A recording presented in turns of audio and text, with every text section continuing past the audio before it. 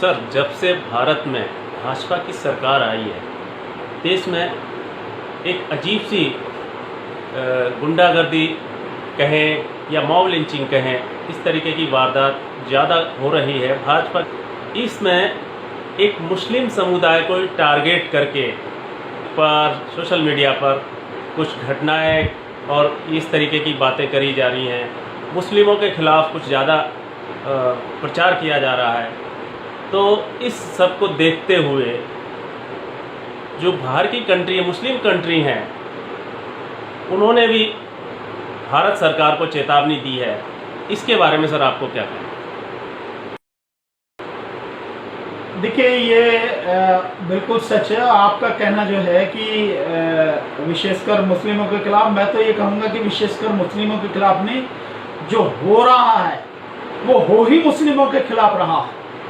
और मुस्लिमों के साथ साथ में जो दलित और पिछड़े हैं, आदिवासी हैं, विशेषकर दलित समाज, उसको भी लगातार टारगेट किया जा रहा है। पर मुस्लिम को पूरी तरह से टारगेट करके ये एक प्रचार किया जा रहा है। और इसमें जो है मीडिया जो यहाँ का है, जो गोदी मीडिया है, जो बिल्कुल अपना ईमान बिल्कुल बेच चुका है, जो ईमान बेचकर बेईमान हो चुका है, उसमें कई ऐसे हैं जिनका नाम लिया जा सकता है, जिन्होंने वाकई में बेशर्मी की सारी सीमाएं जो मतलब पार कर दिए हैं।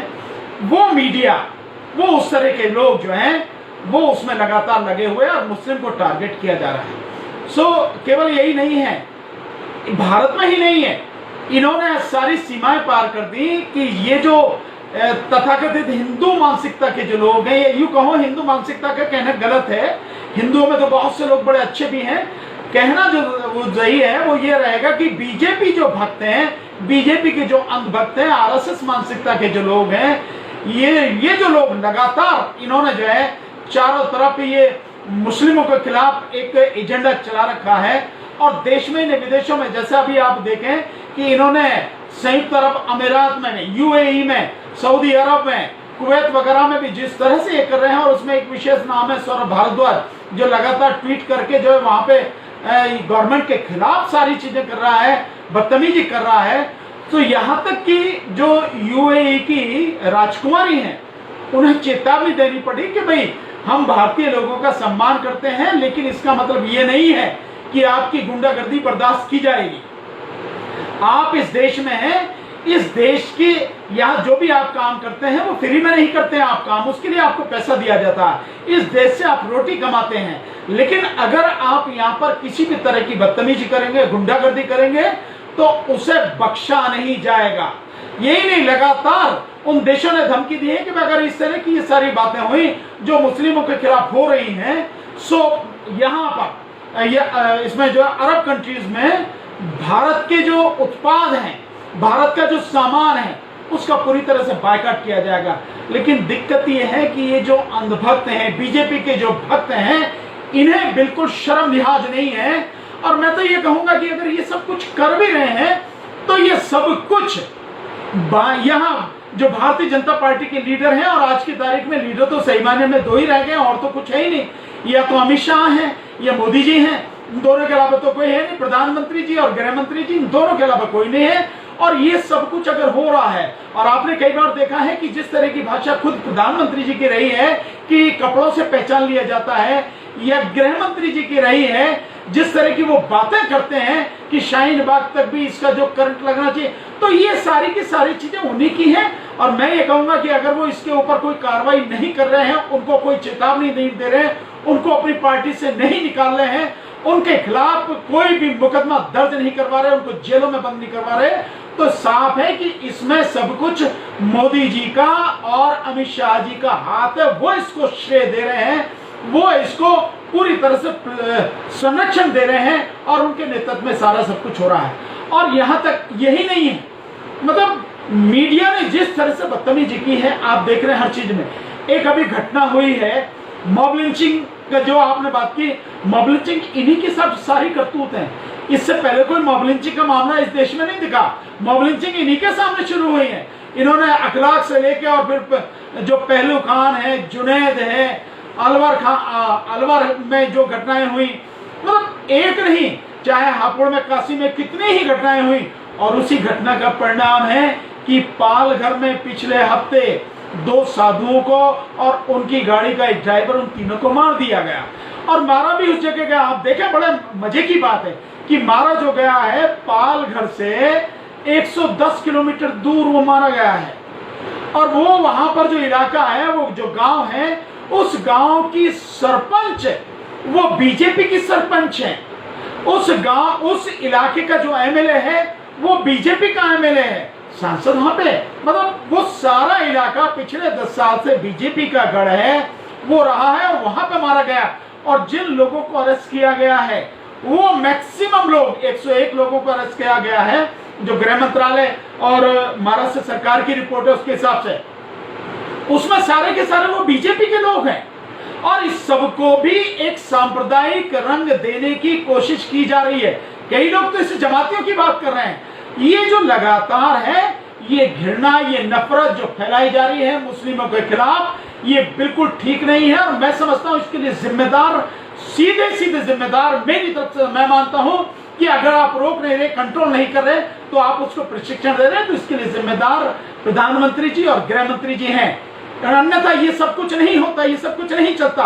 विदेशों में भी जो थू हो रही है, जो अरब कंट्रीज में लगातार थू हो रही है, जो हमारे जो देश की बेइज्जती हो रही है, देश का सम्मान लगातार घटता चला जा रहा है। और यूएई वगैरह, सऊदी अरब वगैरह, ये ऐसे देश हैं, अरब कंट्रीज ऐसे हैं जहां से मैक्सिमम हमारा जो क्रूड ऑयल है वो आता है। अगर ये सारी की सारी चीजें वो भी प्रतिक्रिया करने लगे, वो भी इस तरह के काम करने लगे, तो मैं समझता हूं अगर अपने कानून के हिसाब काम करेंगे तो इनमें से शायद ही कोई जिंदा रहेगा। ये जिस तरह के लोग ये बात कर रहे हैं, नफरत फैला रहे हैं, अरे यहां तो फैला रही हो तुम, विदेशों में भी नफरत फैला रहे हो, अरब कंट्रीज में भी नफरत फैला रहे हो, कम से कम कुछ तो शर्म करनी चाहिए। लेकिन सारी सीमाएं इन लोगों ने पार कर दी। जो बीजेपी के कुछ मंत्री ऐसे हैं जो मॉब लिंचिंग करते हैं, जो गरीबों को मारते हैं या मुस्लिम्स को मारते हैं, तो बीजेपी के कुछ सांसद ऐसे हैं, मंत्री ऐसे हैं जो उनको मालाएं पहनाते हैं, उनका स्वागत करते हैं, तो ये क्या उनको बढ़ावा दे रहे हैं? निश्चित रूप से, निश्चित। जयंत सिन्हा जो है, जो बीजेपी के मंत्री रहे, जो मॉब लिंचिंग हुई उसमें जाके उन्होंने माला पहनाई, तो ये क्या है मतलब? ये सीधा सीधा मतलब ये है कि आपको जो करना है आप करे रहो, हम तुम्हारे साथ में खड़े, हम तुम्हारा सम्मान करेंगे। तो न केवल मॉब लिंचिंग को बढ़ावा दे रहे, बल्कि लोगों को गुंडा बनाने का ये काम भी कर रहे हैं। उन लोगों को जो अपराधी हैं उनको सजा दिलवाकर उन्हें सुधार की बात करनी चाहिए, बट इनको ये प्रशिक्षण, इनको जो है संरक्षण दे रहे हैं, इनको सम्मान दे रहे हैं। तो स्वाभाविक है कि ये कौन कर रहा है?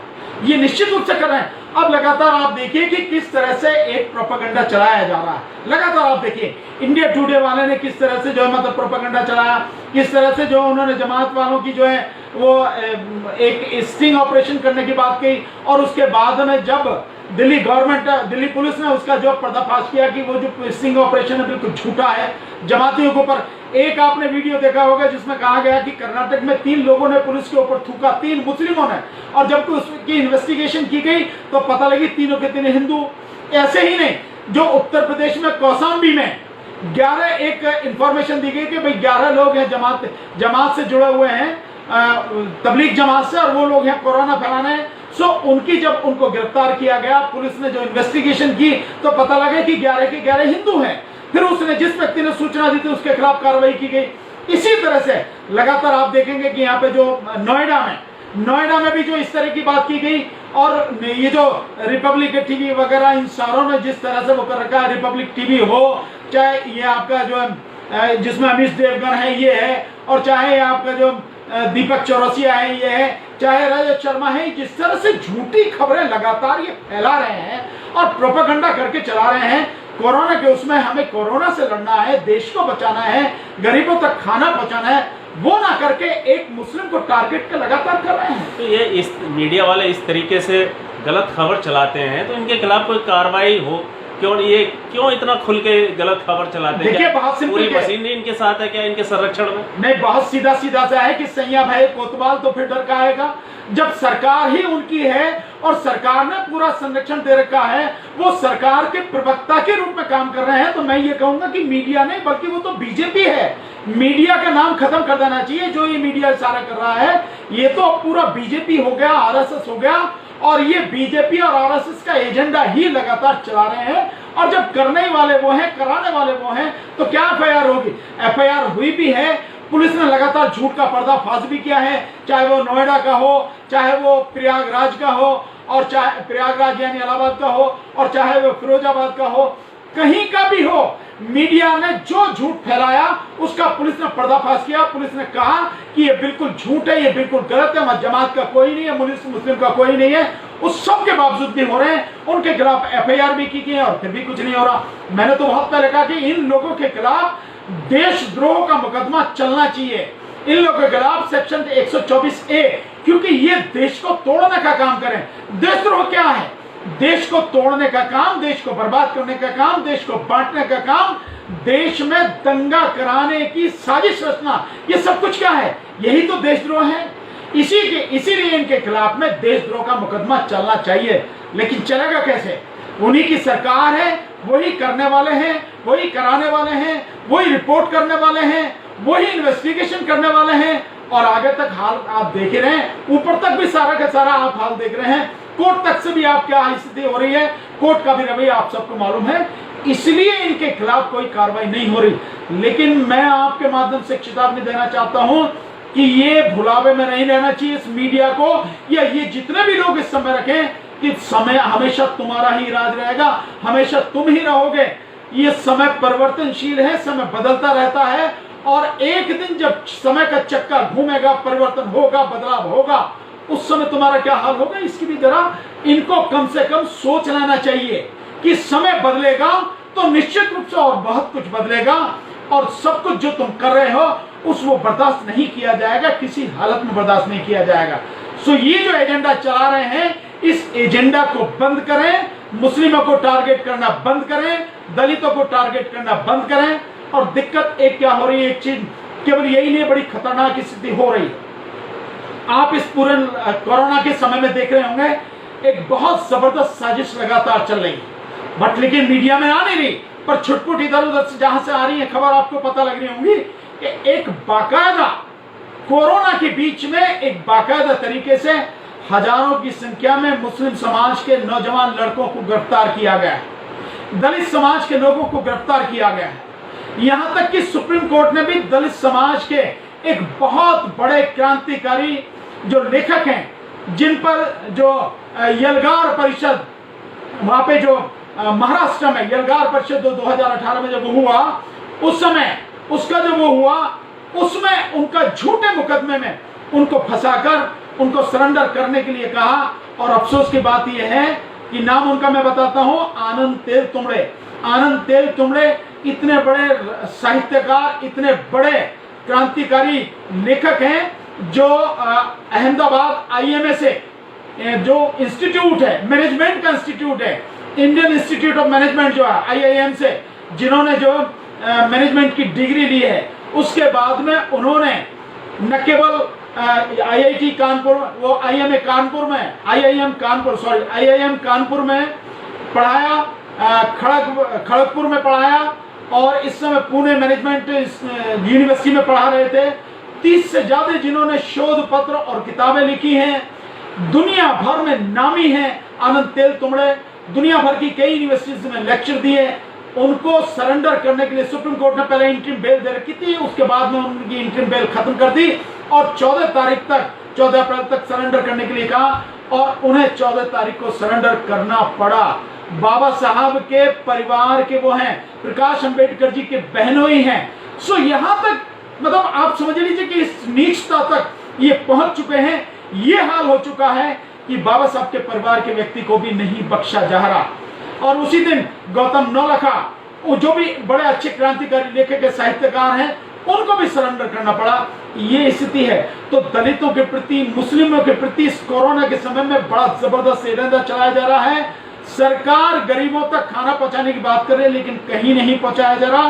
कितने ही न्यूज आप देख रहे होंगे लगातार आ रहे हैं, भूखे मर रहे हैं लोग। हॉस्पिटल्स में जाने के लिए उन्हें कोई टेस्ट करने को तैयार नहीं है। आपने देखा होगा, एक कल मैं एक वीडियो देख रहा था, उन्होंने ही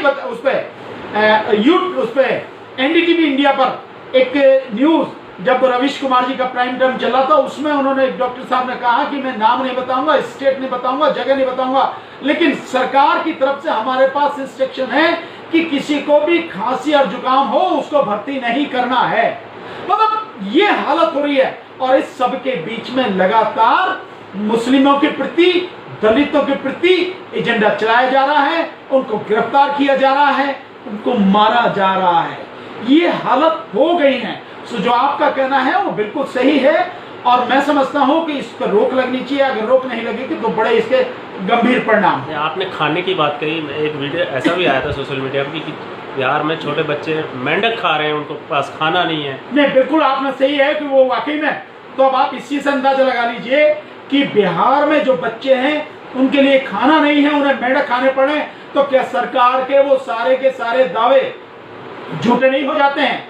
जिसमें सरकार कह रही है कि हम 80 करोड़ गरीबों को 5 किलो अनाज देंगे, 1 किलो दाल देंगे, पहुंचा रहे हैं हम? कहां पहुंचा रहे हैं? जब 800 लाख टन जब हमारे गोदामों में, एफसीआई के गोदामों में गेहूं भरा पड़ा है, चावल भरा पड़ा है, जो चावल हमारा बफर स्टॉक है उससे भी डबल से भी ज्यादा हमारे पास है, तो क्यों नहीं पहुंचा रहे हैं? गरीबों को क्यों नहीं बांटा जा रहा है? सीधे गरीबों को क्यों नहीं दिया जा रहा? जिसके पास राशन कार्ड नहीं है आप उसको नहीं दे रहे? अरे आप उसको आधार कार्ड देखिए, आधार कार्ड है, उसके आधार पर उसको दे दीजिए, छुट्टी कीजिए, कम से कम गरीबों की भूख मिटे।